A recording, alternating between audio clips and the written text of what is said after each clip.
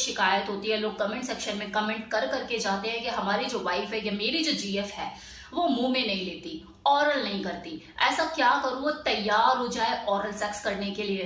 No doubt बहुत सी ऐसी female है जिनको इस ऑरल सेक्स के नाम से ही चिड़न महसूस होती है, वो अंदर ही अंदर कलपती है कि आप मुंह में लेना पड़ेगा, और जबरदस्ती अगर चलो आप करवा भी देते हैं तो वो प्लेजर महसूस नहीं होता, क्योंकि ना माइंड उनका कनेक्शन फील करता है उसके साथ, और ना ही दिल, ना तो वो दिमाग से तैयार होती है ना दिल से तैयार होती है, तो आपको प्लेजर महसूस कैसे होगा। आपको भी ऐसा लगेगा कि क्या मैं डंडा लेके उसके ऊपर चढ़ गया हूं कि कर कर कर, और अल्टीमेटली फिर आप बोल ही देते हो कि यार तेरे बस की ना, तुझसे ना हो पाएगा। तो उसके इस ऑरल सेक्स में पार्टिसिपेट ना करने के पीछे सिर्फ एक ही कारण नहीं होता कि वो मानसिक रूप से तैयार नहीं है, बहुत से कारण हो सकते हैं, जिसमें से एक नंबर 1 जो बेसिक सा कारण है आपकी हाइजीन, कि आप अपने पीनस की कैसे हेल्थ मेंटेन करते हो, उसको कितना साफ सुथरा रखते हो।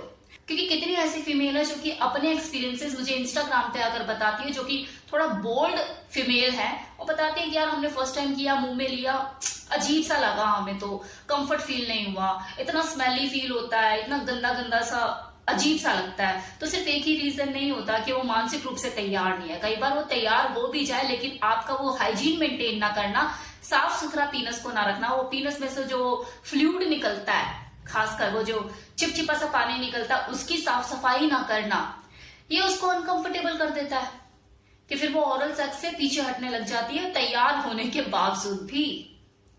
अब कुछ पुरुषों की सबसे बड़ी प्रॉब्लम कि वो पीनस को साफ सुथरा करने के पॉइंट ऑफ व्यू से उसको ऊपर से तो साफ कर लेते हैं, लेकिन जो उनका जो फोर स्किन होता है उसके अंदर जो छिपा हुआ मैल होता है, खासकर उसके फोर स्किन के अंदर, वहां पे मैल जमा होता है जो कई बार उन्हें खुद भी नहीं पता होता, जिसकी वजह से कई बार वो अनवांटेड स्मेल आती है।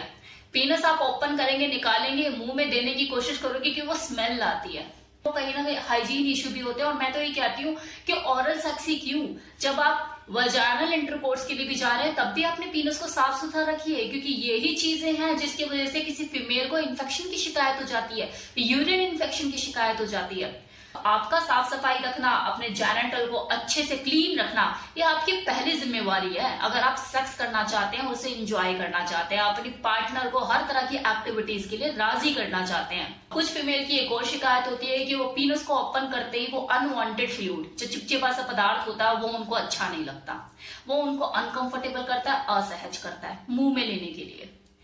तो इसके लिए सबसे अच्छा तरीका मैं आपको बता रही हूँ, फ्लेवर्ड कॉन्डोम।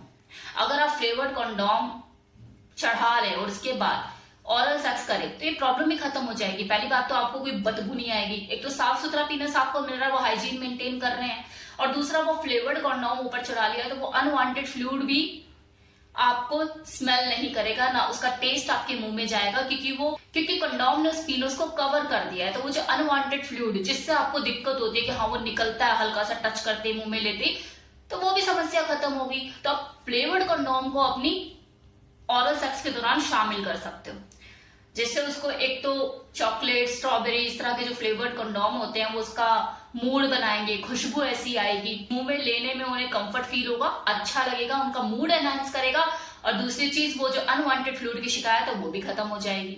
तो इस तरह की चीजों को करके देख सकते हैं। और एक सबसे इंपॉर्टेंट चीज, ये तो फिजिकल हाइजीन की मैंने बात करी ना, इससे भी इंपॉर्टेंट है उसको मानसिक रूप से तैयार करना।